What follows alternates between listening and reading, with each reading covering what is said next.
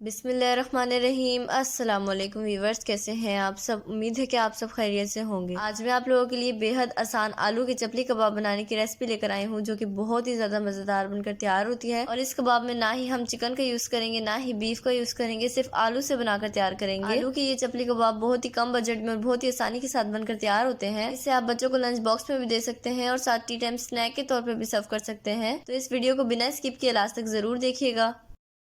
तो चलिए आइए बनाना स्टार्ट करते हैं। तो जिसके लिए 5 अदद मैंने दरमियाने साइज़ के आलू लिए हैं और ये तकरीबन 400 ग्राम के आसपास हैं। इसे मैंने छील के धो लिया था अच्छी तरह। तो अब इसे कद्दूकश कर लेंगे। तो यहाँ मैंने बारीक वाला कद्दूकश लिया है। अब आलू को अच्छी तरह कद्दूकश कर लेंगे। इस तरह से कद्दूकश करेंगे। ये देखें बारीक बारीक मैंने इसे कद्दूकश किया है। इसी तरह बाकी आलू को भी कद्दूकश कर लेंगे।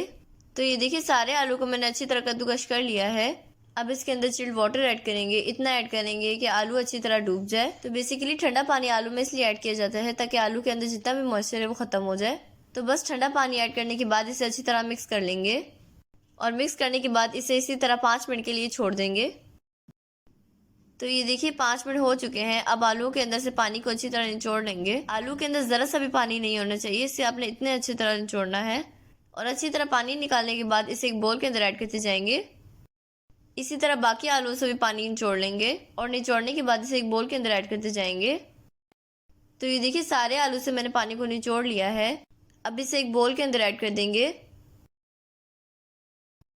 अब इसके अंदर ऐड करूंगी 1/4 कप मैदा। इस तरह से छान के ऐड करेंगे। तो बेसिकली 1/4 कप मैदा 4 टेबलस्पून के बराबर होता है। 1 टेबलस्पून मैं बाद में ऐड करूंगी, मैंने 4 टेबलस्पून ऐड किया है। फिर इसके अंदर ऐड करूंगी 3 टेबलस्पून ब्रेड क्रम्स। आप चाहे तो 2 ब्रेड के स्लाइसेस को ग्राइंड करके भी ऐड कर सकते हैं। अब मैं इसके अंदर ऐड कर रही हूँ 1 दरमियाने साइज का प्याज। इसे मैंने चॉप करके इसका सारा पानी निचोड़ लिया था। फिर मैं इसके अंदर ऐड कर रही हूँ 1 खाने के चम्मच इमली का पल्प। आप चाहे तो अनारदाना भी ऐड कर सकते हैं, मेरे पास मौजूद नहीं था इसलिए मैंने नहीं ऐड किया है। साथ ही इसके अंदर ऐड करूंगी 1 खाने के चम्मच सूखा धनिया पिसा हुआ, गरम मसाला 1/4 टीस्पून और हाफ टी स्पून जीरा पाउडर, 1 टेबलस्पून कुटी हुई लाल मिर्च और नमक हस्बे जायका मैं हाफ टी स्पून ऐड कर रही हूँ। साथ ही इसके अंदर ऐड करूंगी 3 बारीक कटी हुई हरी मिर्चें और 1/4 टीस्पून पिसी हुई लाल मिर्च। अब हाथों में ग्लव्स पहन लेंगे और इसे अच्छी तरह मिक्स कर लेंगे। और अच्छी तरह मिक्स करने के बाद जो 1 टेबलस्पून मैदा रह गया था वो भी इसके अंदर ऐड कर दूंगी। तो तकरीबन 5 टेबलस्पून मैंने मैदा ऐड किया है। और इसे अच्छी तरह मिक्स करने के बाद में इसके अंदर ऐड करूंगी 2 खाने के चम्मच पानी। और ऐड करने के बाद इसे अच्छी तरह मिक्स कर लेंगे। तो ये देखिए मैंने इसे अच्छी तरह मिक्स कर लिया है। अब इसे साइड पे रख देंगे। और यहाँ पर मैंने लिया है टमाटर, 2 टमाटर लिए थे, इसे मैंने बारीक बारीक इस तरह स्लाइसेस में कट कर लिया है। और यहाँ चूल्हे के ऊपर मैंने फ्राई पैन रख लिया है। इसके अंदर ऐड कर रही हूँ कुकिंग ऑयल। और यहाँ हाथों में भी हल्का सा मैंने ऑयल लगा लिया है। और जो अमेज़ा हमने बना के रखा था उसे इस तरह लेंगे। आप अपनी मर्जी से कम या ज़्यादा ले सकते हैं। और इसे चपली कबाब की तरह शेप दे देंगे इस तरह से। आप चाहे तो इसे पतला भी कर सकते हैं और अगर आपको पतला नहीं पसंद तो आप इसे मोटा भी रख सकते हैं। इसके बाद इसके ऊपर टमाटर की स्लाइस रखेंगे कुछ इस तरह से। इसके बाद इसे ऑयल के अंदर ऐड कर देंगे। जिस साइड पे हमने टमाटर लगाया था ना वो नीचे रखेंगे इस तरह से। जब ये एक तरफ से हल्का सा फ्राई हो जाए तो इसे पलट देंगे। और अगर आपको मेरी वीडियो थोड़ी सी भी अच्छी लग रही है तो मेरी वीडियो को लाइक कर दें और चैनल पर नए हैं तो ज़रूर सब्सक्राइब कर लें। अब दूसरी साइड से भी इसे हल्का सा फ्राई कर लेंगे। जब भी दूसरी साइड से फ्राई हो जाए तो इसे पलट देंगे दोबारा से।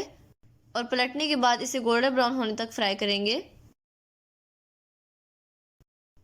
साथ ही और कबाब बना के मैंने ऑयल के अंदर ऐड कर दिया है। तो ये देखिए अच्छी तरह फ्राई हो चुके हैं। अब इसे ऑयल से निकाल लेंगे।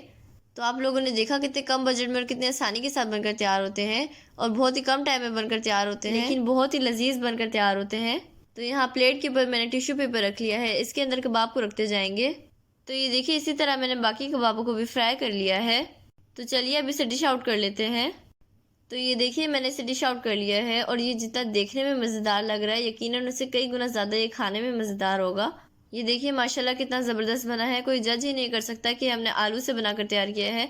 इसमें हमने ना ही बीफ का यूज़ किया है और ना ही चिकन का यूज़ किया है। तो अब मैं इसे आपको तोड़ के भी दिखाऊंगी। तो ये देखिए माशाल्लाह कितना ज़बरदस्त बना है। अंदर तक आलू अच्छी तरह गल चुका है और खुशबू भी माशाल्लाह बहुत ही प्यारी आ रही है। तो अब मैं आपको इसे टेस्ट करके बताती हूँ ये कैसा बना है। बिस्मिल्लाहिर्रहमानिर्रहीम। यकीन करें बहुत ही मज़ेदार बना है। आप इस रेसिपी को ज़रूर ट्राई कीजिएगा और मुझे फीडबैक भी लाजमी दीजिएगा। तो आई होप आपको रेसिपी बहुत पसंद आई होगी। अगर आपको मेरी रेसिपी पसंद आए तो प्लीज़ मेरे चैनल को सब्सक्राइब कर दें, बेल आइकन को प्रेस करना ना भूलें। वीडियो अच्छी लगी तो लाइक और शेयर करना ना भूलें। तो नेक्स्ट वीडियो तक अल्लाह हाफिज़।